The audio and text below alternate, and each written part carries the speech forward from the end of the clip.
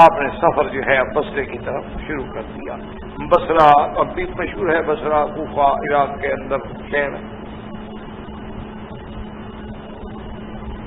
تو حضرت علی رضی اللہ تعالی عنہ کو مخالفین نے،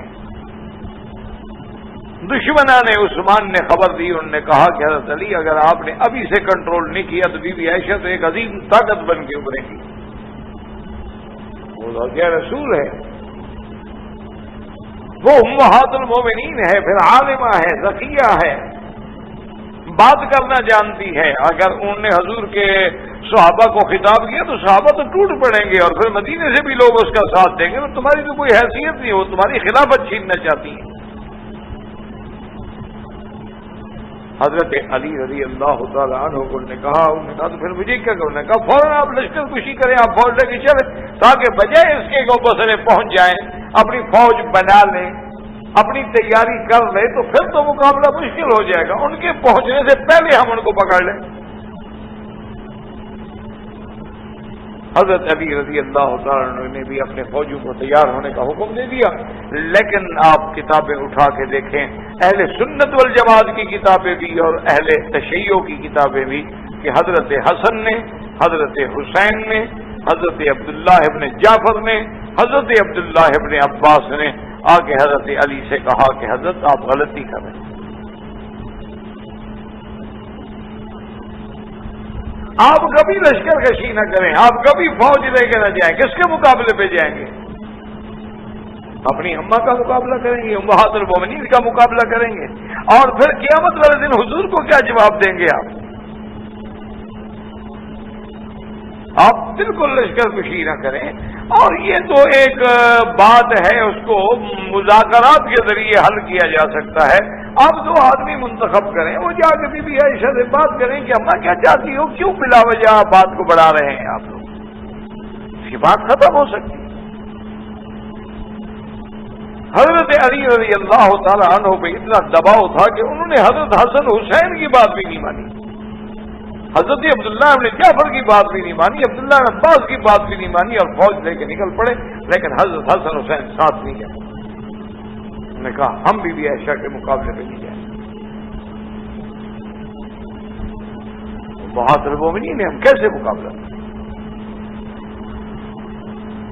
حضرت علی رضی اللہ تعالی عنہ روانہ ہو گئے. اچھا، بی بی عائشہ بھی بصرے کے قریب پہنچ گئیں، حضرت علی رضی اللہ تعالی عنہ کی فوجیں بھی پہنچ گئیں. تو اب بالکل جب آمنا سامنا ہو گیا تو بصرہ سے بھی لوگ آ گئے بی بی عائشہ کی مدد کے لیے. تو اب جب آمنا سامنا ہوا تو حضرت علی رضی اللہ تعالی نے سوچا کہ بات تو بڑھ رہی ہے. انہوں نے حضرت قینقاع صحابی ہیں ان کو بھیجا کہ تم جا کے بی بی عائشہ سے بات کرو. اچھا ہوتا کہ میں مدینے سے نہ نکلتا، لیکن چونکہ اب ہم مدینہ منورہ سے نکل چکے ہیں اور بات ختم کی، اب واپس جانا جو ہے وہ بھی مشکل ہے. تم جا کے بی بی عائشہ سے پوچھو کہ بی بی صاحبہ کیا چاہتی ہیں آپ، اور اگر انہوں نے بات کر رہی تھی تو مدینہ منورہ آ کے میرے ساتھ بات کرتی، نہ کہ بصرہ جا کے اپنی قوت بنائے. حضرت قینقاع تشریف لائے. بی بی عائشہ رضی اللہ تعالی عنہ پردہ کے پیچھے بیٹھی تھیں. انہوں نے آ کے سلام کیا. انہوں نے پوچھا کہ ماذا ترضین سیدہ عائشہ، ماذا ترین، ماذا تحبین، کیا چاہتی ہے؟ انہوں نے کہا بنی الاصلاح، کہ میرے بیٹے میں تو اصلاح چاہتی ہوں، میں تو صلح چاہتی ہوں. ہمارا تو صرف ایک مطالبہ ہے کہ قاتلان عثمان کو پکڑا جائے. اگر خلفاء رسول اسی طرح شہید ہوتے رہے اور قاتل دندناتے رہے پھر تو کوئی کرسی پہ نہیں بیٹھے گا. اگر خلیفہ راشد کو شہید کر دیا جائے اور قاتلان عثمان جیسے لوگوں کو کھلی چھٹی ہو کہ وہ پھر رہے ہوں مدینہ منورہ میں، ان کا کنٹرول بھی ہو، اور قاتل ہنستے ہوں اور دندنا کے پھرتے ہوں، اور اس کا معنی تو یہ ہوا کہ پھر تو کوئی خلیفہ نہیں بچے گا. اور دیکھو بی بی عائشہ کی بات کتنی سچی تھی. اس کے بعد تاریخ عالم اٹھا کے دیکھ لیں کہ ہر چھٹا خلیفہ مسلمانوں کا شہید ہوا. پوری تاریخ اٹھا کے دیکھ لیں، یعنی اس دور سے لے کر آخر تک کہ ہر چھٹا خلیفہ لازم شہید کیا گیا۔ وہی بات جو بی بی عائشہ نے اس وقت کی تھی کہ اگر قاتلوں کو چھوڑ دیا جائے تو پھر تو مقصد دروازہ ہی کھل گیا۔ تو میں صرف یہ چاہتی ہوں، نہ جنگ چاہتی ہوں، نہ ہمیں خلافت کی ضرورت ہے، نہ ہمیں حضرت علی کے بجائے کسی اور کو خلیفہ بنانا ہے۔ حضرت علی تو داماد محمد مصطفیٰ ہیں، زوج فاطمہ ہیں، ابو الحسن والحسین ہیں، ہم تو سب سے پہلے ان کی بیعت کریں گے۔ تو حضرت قینقاع جب آئے، انہوں نے حضرت علی سے میں کیسے کھڑا ہوں؟ انہوں نے کہا کہ دیکھو تم دوبارہ جاؤ اور بی بی عائشہ سے جا کے یہ کہو کہ حضرت علی تمہارے بیٹے ہیں۔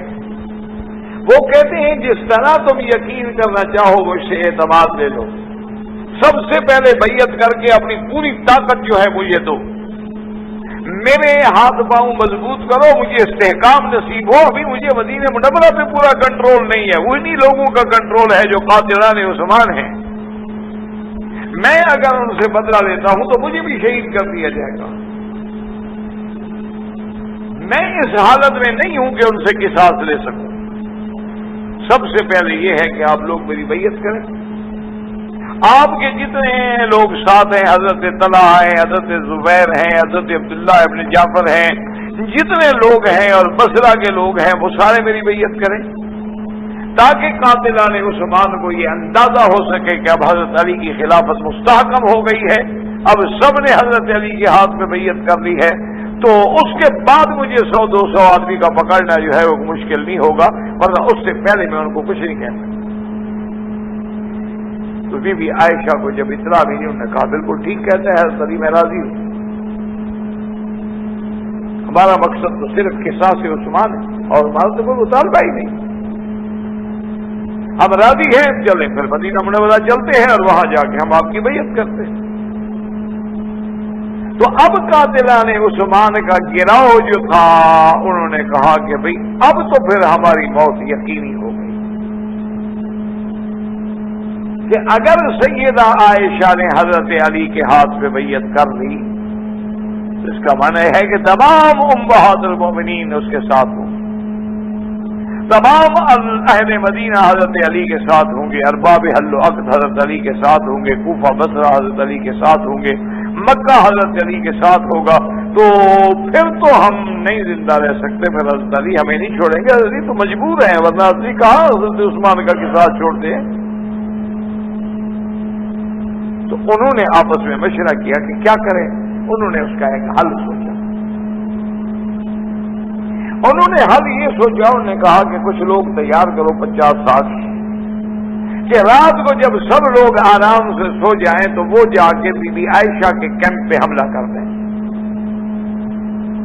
اور 50-60 آدمی ایسے ہوں جو رات کی تاریکی میں حضرت علی کے کیمپ پہ حملہ کر دیں، اور جو بی بی عائشہ کے کیمپ پہ حملہ کریں وہ کہیں کہ جا جیش علی، علی کا لشکر آ گیا، علی کا لشکر آ گیا، غداری کی حملہ ہو گیا، اور جو علی کے لشکر پہ حملہ کریں وہ کہیں جا جیش عائشہ، عائشہ کا لشکر آ گیا، عائشہ نے غداری کی، نعوذ باللہ۔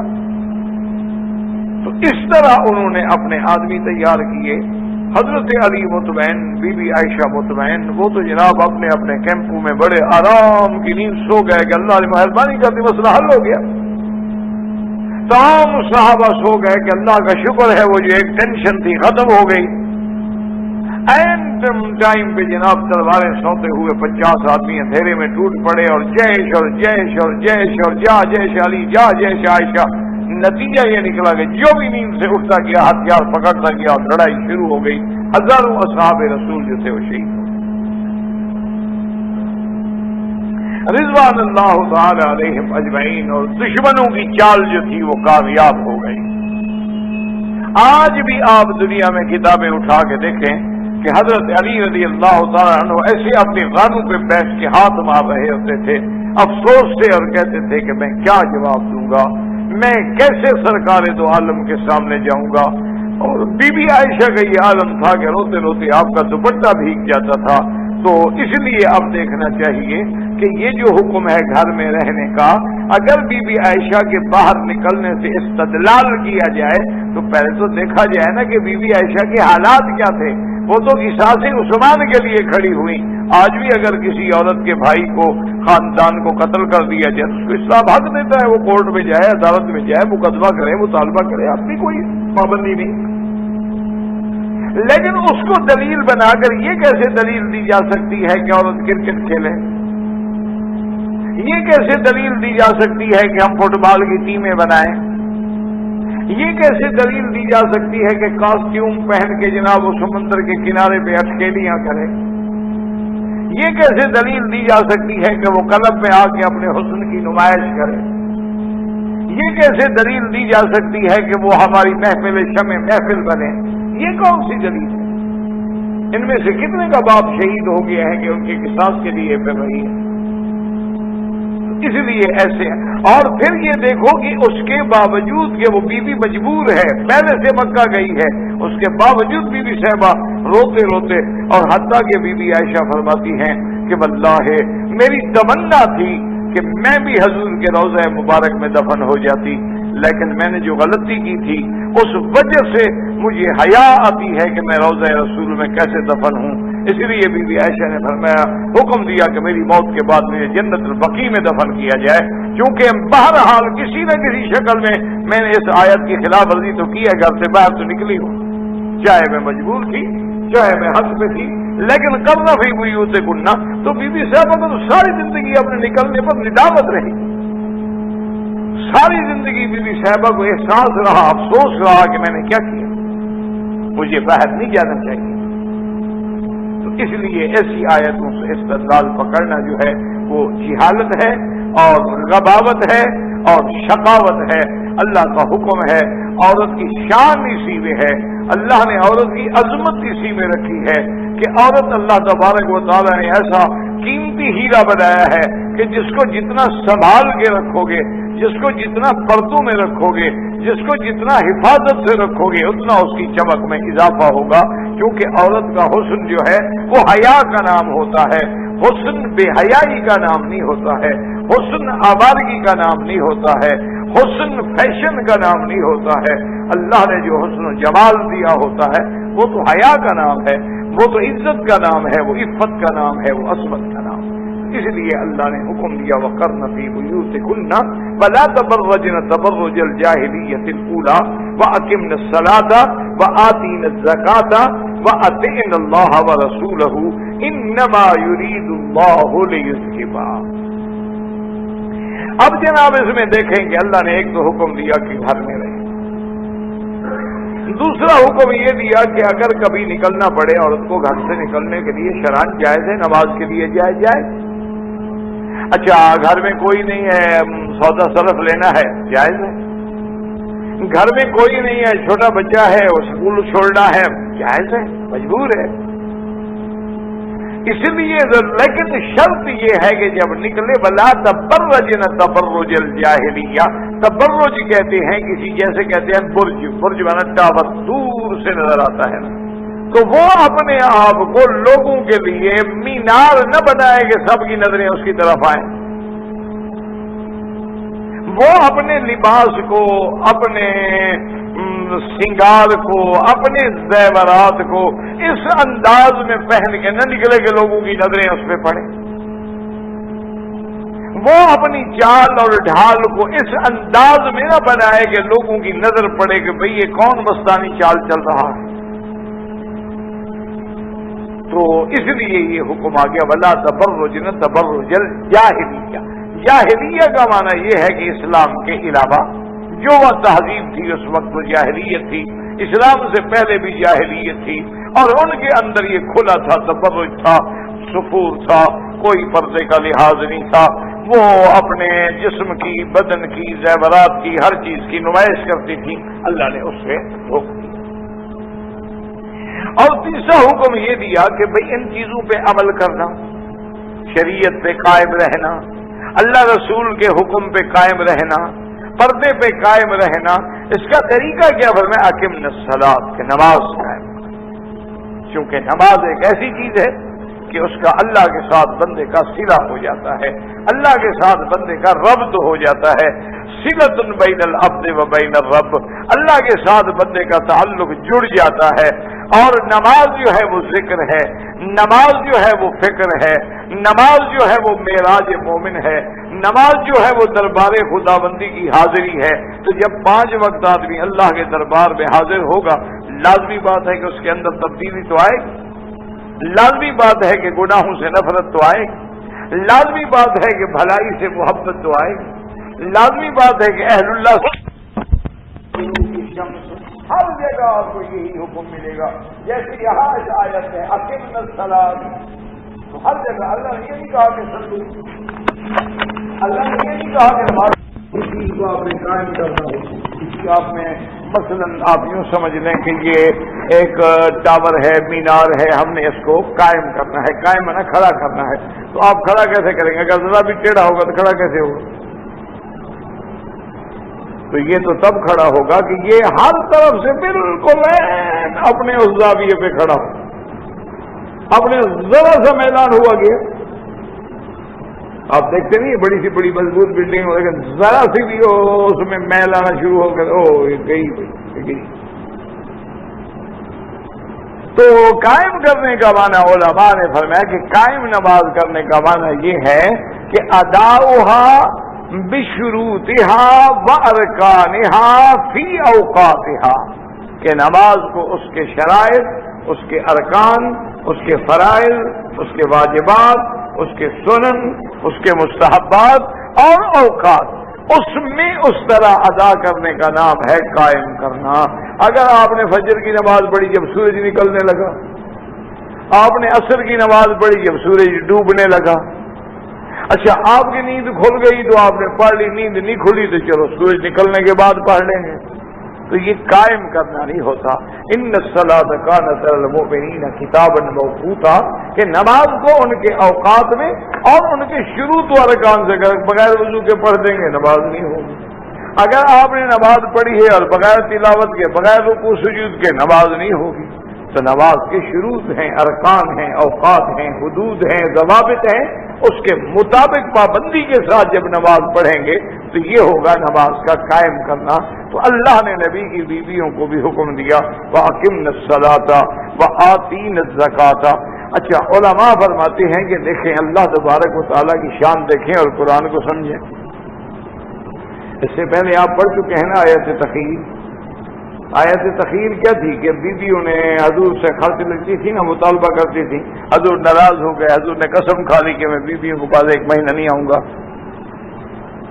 تو اس کے بعد وہ آیت تخیر اتری تھی کہ اللہ کے نبی آپ بیویوں کے سامنے مسئلہ رکھ دیں کہ بھئی اگر تمہیں دنیا چاہیے، اگر تمہیں دنیا کی عزت اور دنیا کی زینت چاہیے تو آؤ مجھ سے طلاق لے لو اور میں تمہیں کچھ نہ کچھ دے کے عزت کے ساتھ رخصت کرنے پہ تیار ہوں، اور اگر مجھے چاہتی ہو ان کنتن تردن اللہ ورسولہ والدار الآخرہ، اگر تمہیں اللہ چاہیے، اللہ کا رسول چاہیے، دار آخرت چاہیے، تو پھر تو گزارا کرنا ہوگا۔ تو اس وقت عالم یہ تھا کہ حضور کے گھر میں بستر نہیں تھا، حضور کے گھر میں ایک مشکیزہ پانی تھا، حضور صلی اللہ علیہ وسلم کا بستر کیا ہے؟ چٹائی یا ایک چمڑے کا ٹکڑا، اس کو ڈبل کر کے بچھا دیا تو بستر بن گیا، ایک چمڑے کا سرانہ جس میں ایک کھجور کا جال بھرا ہوا تھا، یہ حضور کا سرانہ مبارک تھا۔ تو جب یہ عالم تھا تو زکوٰۃ بھی کہاں سے دیں گی؟ ان کے تو گھر میں اپنے کھانے کا ہی نہیں تھا۔ تو اللہ فرما رہے وآتین الزکاۃ، تو اس سے اشارہ ہوا کہ ایک وقت آئے گا اللہ تمہیں بھی دولت دے گا، اللہ تمہارے گھروں میں بھی آسانیاں پیدا فرما دیں گے، اللہ تبارک و تعالیٰ تمہیں بھی اتنی مال دیں گے، حتیٰ کہ حضرت معاویہ رضی اللہ تعالیٰ عنہ کے زمانے میں بی بی عائشہ کے پاس ایک دن 80,000 درہم آیا، ایک دن میں 80,000 درہم۔ اس دور میں آج کا اندازہ کر لیں گے مارکیٹ ویلیو کے حساب سے کیا بنے گا کہ 80,000 درہم آج سے 1426 سال پہلے۔ اور شان دیکھیں کہ صبح کو وہ پیسے پہنچے، بی بی صاحبہ روزے کے ساتھ تھیں، جب افطار کا وقت آیا تو سوکھی روٹی کے ٹکڑے تھے اور پانی تھا، اور آپ کی کنیزہ نے عرض کیا، آپ کی کنیز نے عرض کیا کہ امہات المؤمنین بی بی صاحبہ اگر 1 درہم ہی کم از کم ہمیں دے دیتی، 2 درہم دے دیتی، آج تو کم سے کم ہم گھر میں کوئی کھانا وانا بنا لیتے، کوئی گوشت لے آتے، کچھ پکا لیتے۔ تمہیں نے فرمایا تم یاد کرتی تو میں دے دیتی، تم نے یاد نہیں کیا، مجھے تو خیال رہا نہیں کہ گھر میں کچھ ہے کہ نہیں ہے۔ 80,000 درہم ایک دن میں خیرات ہو گیا، پتہ ہی نہیں کہ میرے گھر میں کیا ہے۔ تو اس کا معنی یہ ہے کہ قرآن جو بات کہتا ہے، قرآن اللہ کا کلام ہے اور اللہ کی صفت اللہ الغیوب ہے، وہ جو بات فرماتے ہیں وہ حقیقت ہوتی ہے اور ہونی ہوتی ہے۔ وآتین الزکاۃ وأطیعن اللہ ورسولہ۔ پہلے اچھا اس کو سمجھیے، ہمیشہ یاد رکھیں کہ پہلے یہ ہوتا ہے کہ پہلے کبھی حکم عام ہوتا ہے، بعد میں تخصیص ہوتی ہے، اور کبھی یہ ہوتا ہے کہ پہلے خاص خاص چیزوں کا ذکر کر کے پھر عمومی حکم دے دیا جاتا ہے، عمومی حکم دے دیا جاتا ہے۔ جیسے آپ کسی کو کہیں کہ بیٹا مدرسے جایا کرو، محنت کیا کرو، پڑھا کرو، اچھے کپڑے پہنا کرو، اسلام کے بھائی اپنے اللہ اللہ رسول کی اطاعت کے، بس ماں باپ کی فرما برداری کیا کرو۔ تو یہ ایک طریق خطاب ہے کہ پہلے خطاب اللہ نے کیا فرمایا کہ وَقَرْنَ فِي بُيُوتِكُنَّ، یعنی خطاب کا انداز دیکھیں نا، ازواج کا مقام دیکھیں۔ پہلے فرماتے ہیں یا نساء النبی لستن کأحد من النساء ان اتقیتن فلا تخضعن بالقول فیطمع الذی فی قلبه مرض وقلن قولا معروفا وقرن فی بیوتکن۔ پہلے خطاب فرمایا کہ یا نساء النبی، نبی کی بیوی، اور تم کوئی دنیا کی عورتوں کی طرح ہو، تمہارا تو شان ہی نرالا ہے، تمہارے تو عظمت ہی نرالی ہے۔ اور اس کے بعد فرماتی ہیں وَقَرْنَ فِي بُيُوتِكُنْ، پہلی ہدایت یہ دی تھی کہ کسی سے نرم لہجے میں بات نہ کریں، جب بات کریں پہلے تو بلا ضرورت بات ہی نہ کریں، اور اگر بات کریں تو لہجے میں نرمی نہ ہو، لگاوٹ نہ ہو، بات کے اندر کسی قسم کی کوئی اندیشہ اوہام بھی نہ ہو، تاکہ کسی کے دل میں کھوٹ ہے تو وہ بات کی نرمی سے غلط اندازہ نہ لگا لے۔ فَيَطْمَعَ الَّذِي فِي قَلْبِهِ مَرَضٌ وَقُلْنَ قَوْلًا مَعْرُوفًا۔ اور خدا کی شان دیکھیں کہ بیویوں کی اللہ کے قرآن پہ عمل کا کیا عالم تھا کہ صرف بندے کے، عورت کے بدن پہ پردہ نہیں، عورت کی آواز پہ بھی اللہ نے پردہ رکھا ہے کہ اللہ تبارک و تعالی نے حکم دیا کہ بڑی شان ہے بیویوں کی، وہ نبی کی ماں بن سکتی ہے، وہ نبی کی بیٹی بن سکتی ہے، وہ نبی کی بیوی بن سکتی ہے، بہن بن سکتی ہے، لیکن نبی کی امام نہیں بن سکتی، مسجد کی امام نہیں بن سکتی، وہ مؤذن نہیں بن سکتی۔ وجہ کیا ہے کہ اس کے بدن پہ بھی پردہ ہے، اس کی آواز پہ بھی پردہ ہے۔ اس لیے بی بی صحابیات کہتی ہیں کہ اس آیت کے اترنے کے بعد، آیت حجاب کے اترنے کے بعد، اگر حضور کی بیویاں کبھی بات کرتی تو آگے منہ کے ہاتھ رکھ لیتی تاکہ صحیح آواز کوئی پہچان ہی نہ سکے کہ کون بول رہی ہے، یہ پتہ ہی نہ لگے۔ یہ تو پھر ازواج رسول کا مقام تھا کہ اپنی آواز کو بدلنے کے لیے آگے اب ہاتھ رکھ لیتے۔ اس لیے اللہ نے فرمایا اس کے بعد وَقَرْنَ فِي بُيُوتِكُنَّ، اور یہ کتنی بڑی شان ہے کہ اللہ فرماتے ہیں تم اپنے گھروں میں قرار پکڑو، حالانکہ یہ وہ گھر ہیں جس کو اللہ نے فرمایا تھا بیوت النبی، میرے نبی کے گھر ہیں، وہاں فرمایا لا تدخلوا بیوت النبی، نبی کے گھروں میں ایسے نہ آیا کرو جب تک کہ اجازت نہ ملے، جب تک کہ حضور سے اذن طلب نہ کرو۔ اور یہاں فرماتی ہیں بیوتکن، یہ گھر تمہارے ہیں۔ تو معلوم ہوا کہ اللہ پاک نے نبی کی بیویوں کو کتنا بڑا مقام دے دیا ہے۔ اور علماء نے فرمایا اس میں اشارہ ہے کہ جیسے اب تم نبی کی بیویاں ہو، اب تو تم نے قیامت تک نبی کی بیویاں رہنا ہے، یہ نہیں ہے کہ حضور کے بعد تم کوئی دوسری شادی کر لو گی، حضور کے بعد بیوہ ہونے کے بعد عزت گزار کے گوش ہے، نہیں، اب تو تم امہات المومنین ہو، اب تو تم تمام امت کی مائیں ہو۔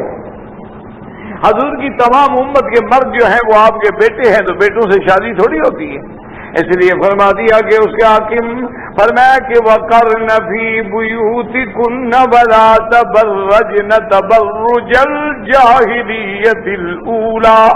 علماء نے فرمایا اولا کا اشارہ کر کے اللہ پاک نے اشارہ فرما دیا کہ جاہلیہ اخرى کا دور بھی آئے گا، جیسے حضور کے زمانے سے پہلے جاہلیت اولا کا دور تھا، ایک وقت آئے گا جب جاہلیت اخرى ہوگی۔ آج وہی دور دیکھ لیں کہ ہر جگہ عورت جو ہے، ہر جگہ عورت آگے ہے، ہر جگہ عورت جو ہے وہ کوئی دنیا کا فیشن، کوئی دنیا کا پروڈکٹ، کوئی دنیا کی یعنی 2 ریال کی سگریٹ کی ڈبی نہیں بک سکتی جب تک عورت کا فوٹو نہ لگایا جائے۔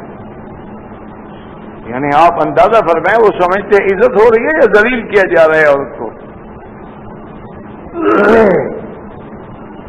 اسی طرح آپ دماغ میں ایک بات یاد رکھیں، کہتے ہیں یورپ نے بڑے حقوق دیے ہیں، یورپ نے عورت کو عورت سمجھ کے حقوق نہیں دیے ہیں۔ ایک بات ہمیشہ دماغ میں، عورت کو مرد بنا دیا ہے، مرد کو حقوق دے رہے ہیں، عورت کو تو حقوق ہی نہیں دیے انہوں نے تو عورت کو مرد بنا دیا، عورت ہی نہیں رہی۔ تو عورت کے حقوق تو تب ہوتے، پہلے تم اس کو عورت بناؤ، عورت سمجھو، پھر اس کو حقوق دو۔ یہ حقوق صرف اسلام نے دیے اور کسی نے نہیں دیے۔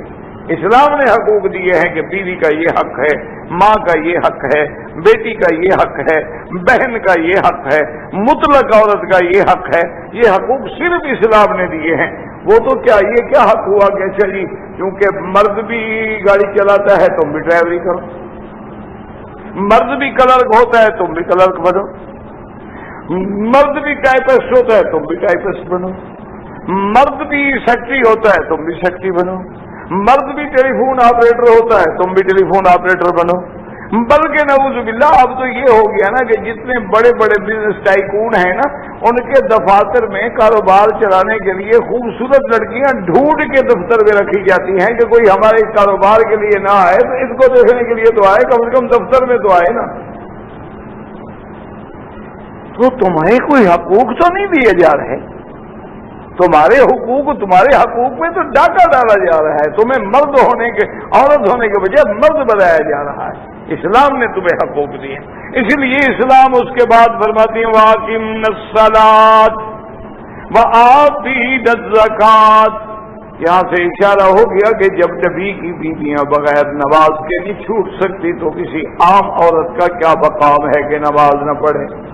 اللہ کے نبی کی بیویاں، اللہ فرماتے ہیں نماز قائم کرو، اپنے وقت میں شروط و ارکان کے ساتھ ادا کرو۔ وَآتِينَ الزَّكَاةَ، اور اللہ تبارک و تعالی جب صاحب نصاب بنائے، کم سے کم مسجد میں تو یار آپ تو پڑھے لکھے لوگ ہیں، اس کو آپ وائبریشن پہ بھی رکھ سکتے ہیں، کوئی ایسا مسئلہ نہیں ہے۔ اور اگر کوئی بہت زیادہ ایسا ہو تو آدمی ہاتھ پہ رکھ لیتا ہے ایسی جگہ تاکہ کوئی ایسی ہو تو وہ رہ نہ جائے۔ مسجد کے اندر موسیقی، انا للہ و انا الیہ راجعون۔ دشمن نے تو خیر چال چلی ہے، لیکن اس کی چال کو ناکام کرنا تو ہم مسلمانوں کا کام ہے۔ جہاں تالی بجانا منع ہے، اللہ فرماتا ہے کہ کافروں کی نماز کیا تھی؟ وما کان صلاتهم عند البیت الا مکاء وتصدیہ، تالیاں پیٹتے تھے اور سیٹیاں بجاتے تھے۔ اور آج ہم باقاعدہ میوزک لگا کے بیٹھے ہوتے، اور میوزک بھی ایسے گندے، ایسے ذلیل، ایسے شہوت انگیز کہ جن کا آدمی تصور نہیں کر سکتا۔ اچھا ایک دفعہ تو ایسا بھی ہوا، ایک یورپ کا آدمی مجھے آ کے، میرا امریکہ کا تھا یا لندن کا تھا، اس نے کہا جی آج میں نے حتیم میں اور بین الرکنین یعنی رکن حجر اسود رکن یمانی کے درمیان فجر کی نماز کے اوقات میں نے دیکھا کہ جب ایک آدمی کے موبائل پہ وہ آیا میوزک چلا تو وہ بالکل وہ سروس تھی جو عیسائی اپنی عبادت کے وقت گرجوں میں لگاتے ہیں نا، وہی لگی۔ وہ جو اس قسم کا ان کا ایک میوزک ہوتا ہے نا، جب وہ سروس کرتے ہیں، عبادت کرتے ہیں تو اس وقت وہ چالو ہوتا ہے، تو بالکل وہی جو تھا وہ لگا۔ اچھا ہو سکتا ہے کہ وہ موبائل والا جانتا بھی نہ ہو، موبائل والے بیچارے کو پتہ بھی نہ ہو، کیونکہ آج کل موبائل ہو گیا سستا، دشمن نے جو چیز پھیلانی ہو نا اس کو سستا کر دیتا ہے، ہر آدمی کی اب پہنچ میں آ گیا، ورنہ جب تک یہ نہیں تھے کہ لوگ مر تو نہیں گئے، لیکن اب چونکہ سستا ہو گیا ہے ہر آدمی خرید رہا ہے ماشاءاللہ۔ اور جس کو دیکھو جناب کعبۃ اللہ کا طواف ہے تب بھی موبائل ہاتھ میں، حجر اسود پہ کھڑا ہے موبائل ہاتھ میں ہے، حتیم کے اندر کھڑا ہے موبائل ہاتھ میں ہے، ریاض الجنہ میں نماز پڑھ رہے، روضہ رسول اللہ پہ جہاں حکم ہے کہ آواز اونچی ہو تو تمہارے عمل تباہ کر دوں گا، وہاں یہ گانا لگا کے بیٹھا ہے۔ جہاں حکم ہے کہ لا ترفعوا اصواتکم فوق صوت النبی ولا تجہروا له بالقول کجہر بعضکم لبعض، علماء نے لکھا کہ مدینے میں جا رہے ہو یا چل رہے ہو ریاض الجنہ میں اسلام پڑھنے کے لیے تو اپنے پاؤں آرام آرام سے رکھو کہ پاؤں دھپ دھپ نہ کریں، اس آواز میں بھی خدا کہیں نہ پکڑ لیں۔ حضرت امیر المؤمنین سیدنا عمر رضی اللہ تعالی عنہ کے زمانے میں مسجد نبی میں آواز آئی، آپ نے سنا کون ہے یہ لوگ، پکڑ کے لے آؤ ان کو، لے آئے صحابہ، من انتما، کون ہو تم؟ انہوں نے کہا نحن من اہل الطائف، ہم طائف کے رہنے والے ہیں۔ آپ نے فرمایا واللہ لو انتما من اہل المدینہ لو جاءتکما، خدا کی قسم اگر تم مدینے کے ہوتے تو آج عمر تمہیں درے مار مار کے ٹھیک کر دیتا، تم باہر کے آدمی ہو اس سے معافی دیتا ہوں، خبردار اونچی آواز سے جھگڑا کر رہے ہو مسجد رسول میں۔ کہاں جھگڑا کا جھگڑا تو انسان ہے نا غصے میں آ جاتا ہے، قابو نہیں رہتا، لیکن کہا یہ ہے کہ ہم خود چوائس کر کے کہ کون سا ہم نے میوزک جو ہے کون سا لگانا ہے، خود چوائس، اگر وہ نہ ملے تو باقاعدہ کمپیوٹر سے جا کے وہ ڈلواتے ہیں بیچارے کہ بھئی میں پیچھے نہ رہ جاؤں۔ انا للہ و انا الیہ راجعون، یہی کہہ سکتے ہیں کہ اللہ مسلمانوں کے حال پہ رحم فرما دے۔ جب ہمارا یہ حال ہے تو لوگ حضور کی گستاخی نہیں کریں گے، جب ان کو پتا ہے کہ ان کا تو ہر مسلمان خود گستاخ رسول ہے، خود حضور کی گستاخی کر رہا ہے، حضور کے حکم کی خلاف ورزی کر رہا ہے، کعبۃ اللہ کی توہین کر رہا ہے، مدینہ منورہ کی توہین کر رہا ہے، طواف کی توہین کر رہا ہے، چلو ہم بھی کارٹون چھاپ کے مزید ان کو چھیڑیں، ان کے زخموں پہ مزید نمک انڈیل دے، جلے گا تو وہ بیچارہ نا جس کے دل میں ایمان و اسلام۔ تو اس لیے بڑا خیال رکھیں۔ اب دیکھیں نبی کی بیوی ہے، اب جامع حکم آ گیا وَأَطِعْنَ اللَّهَ وَرَسُولَهُ، ہر کام میں اللہ کی اطاعت اور اللہ کے رسول کی اطاعت۔ انما يريد الله ليذهب عنكم الرجس اهل البيت ويطهركم تطهيرا واذكرن ما يتلى في بيوتكن من آيات الله والحكمة ان اللہ کان لطیفا خبیرا۔ صدق اللہ العظیم وما علینا الا البلاغ۔ اللهم صل على سيدنا محمد وعلى آل سيدنا محمد كما صليت على ابراہیم وعلى آل ابراہیم في العالمین انك حمید مجید۔ کہتے جی کہ ایام حج میں عرفات اور مینا میں لوگ قصر نماز پڑھتے ہیں۔ ایک تو آپ نے قصر کی قصر ہی نکال دی ہے، جس نے لکھا ہے نا اس نے قصر کی قصر نکال دی، کاف کعبے والے سے قصر لکھی، کاف نقطے والے سے قصر ہوتی ہے، ہمیشہ یہ یاد رکھا کریں۔ تو اچھا آپ خدا کی شان دیکھو کہ جب ہمیں قصر اور قصر کا پتہ نہیں مسئلہ پوچھیں گے اختلافی تو سمجھے گا کون؟ بھائی پہلے ہمیں اتنا تو پتا ہو کہ قصر کیسے لکھا جاتا ہے، تو پھر تو مسئلہ پوچھتے ہوئے بھی آدمی اچھا لگتا ہے، اور جس کو اتنا پتا بھی نہ ہو تو اس کا کیا علاج کیا ہوگا مجھے بتائیں۔ تو اس لیے ہمیشہ اصول ہوتا ہے کہ وہ آدمی جواب تو تب دے کہ اگر استعداد بھی تو ہو نا سمجھنے کی، اس میں بھی تو استعداد ہونی چاہیے نا سمجھنے کی، استعداد تو سائل نے اپنی ظاہر کر دی۔ تو بہرحال مسئلہ یہ ہے میرا بھائی کہ امام احمد بن حنبل رحمۃ اللہ علیہ اور امام شافعی رحمۃ اللہ علیہ کے نزدیک مینا ہو، عرفات ہو، مزدلفہ ہو، وہ کہتے ہیں آدمی مکے کا ہو، مدینے کا ہو، جو بھی ہو سب قصر پڑھیں، یعنی 4 رکعت والی نماز جو ہے 2 رکعت پڑھیں، اور قصر بھی ہو اور جمع بھی ہو، یعنی عرفات میں جمع تقدیم ہو کہ پہلے ظہر پڑھیں اس کے بعد عصر پڑھیں اور 2 رکعت پڑھیں، اور اسی طرح پھر مزدلفہ میں پہلے مغرب پڑھیں گے پھر عشاء پڑھیں گے، تو وہاں جمع تاخیر ہوگی اور وہاں جمع تقدیم ہوگی، اور جتنے دن مینا رہیں وہاں بھی قصر پڑھیں۔ یہ امام احمد بن حنبل رحمۃ اللہ علیہ اور امام شافعی رحمۃ اللہ علیہ کا فرمان ہے۔ اور ان کی حجت یہ ہے کہ حضور صلی اللہ علیہ وسلم نے ان ایام میں آپ نے قصر پڑھی ہے، مینا میں بھی، مزدلفہ میں بھی اور عرفات میں بھی۔ امام ابو حنیفہ رحمۃ اللہ علیہ فرماتے ہیں کہ نہیں، حج جیسے فرض ہے نماز الگ ایک مستقل فرض ہے۔ دوسری بات یہ ہے کہ وہ کہتے ہیں بالکل حضور نے پڑھی ہے، لیکن حضور تو مدینے سے آئے ہیں، مسافر ہیں، 4 ذی الحجہ کو پہنچے ہیں مکہ شریف میں، آپ تو مسافر ہیں، آپ نے تو ویسے بھی قصر پڑھنی۔ اور اسی طرح فتح مکہ کے دن حضور صلی اللہ علیہ وسلم جب تشریف لائے تو آپ نے قصر پڑھی، اور آپ نے پھر اعلان فرمایا کہ یا اہل مکہ اتموا صلاتکم فإنا قوم صفر، کہ مکے والوں تم اپنی نماز کھڑے ہو کے پوری کر لو، ہم تو مسافر ہیں۔ اس لیے آپ کو دوبارہ اعلان کرنے کی ضرورت ہی تھی۔ وہ فرماتے ہیں کہ نماز الگ فرض ہے، حج الگ فرض ہے، جو لوگ مسافر ہیں وہ تو لازماً قصر کریں گے، لیکن اگر کوئی مقیم مکہ ہے، مکے کے رہنے والا ہے، تو وہ نماز جو ہے پوری پڑھے گا اور اپنے اپنے اوقات میں پڑھے گا، لیکن یہ ہے کہ وہ بھی مزدلفہ میں ہر حال میں جمع کرے گا۔ مزدلفہ میں چونکہ عرفات سے مغرب عرفات میں تو پڑھ نہیں سکتا، تو عرفات سے نکلنے کے بعد لازمی بات ہے کہ اس کو تاخیر ہو جائے گی، جب تاخیر ہو جائے گی تو مزدلفہ میں آ کے مغرب و عشاء کو جمع کرے گا، لیکن وہ نماز پوری پڑھے گا۔ اور ان کی دلیل پھر خلیفہ راشد حضرت عثمان کا بھی عمل ہے کہ حضرت عثمان جب حج پہ گئے تو آپ نے نماز پوری پڑھی، صحابہ نے اعتراض کیا، انہوں نے کہا حضرت آپ کیا کر رہے ہیں، حضور پاک نے نماز قصر پڑھی اور آپ پوری پڑھ رہے ہیں۔ نے فرمایا بھائی انی تاحل تو بمکہ تھا، اب تو مکے میں میں نے گھر بنا لیا ہے نا، میں تو مسافر ہوں نہیں، میں کیسے قصر پڑھوں۔ تو باہر صورت اللہ سب کی قبروں پہ کروڑوں رحمتیں فرمائے اور تمام کی نمازیں قبول منظور فرمائے، اور انشاءاللہ سب کی قبول ہوں گی۔ ائمہ کا اختلاف جو ہوتا ہے وہ علمی اختلاف ہوتا ہے، نہ وہ نزاع ہوتا ہے، نہ ایک دوسرے کے خلاف طنز ہوتی ہے، ان کا مقصد تحقیق ہوتا ہے۔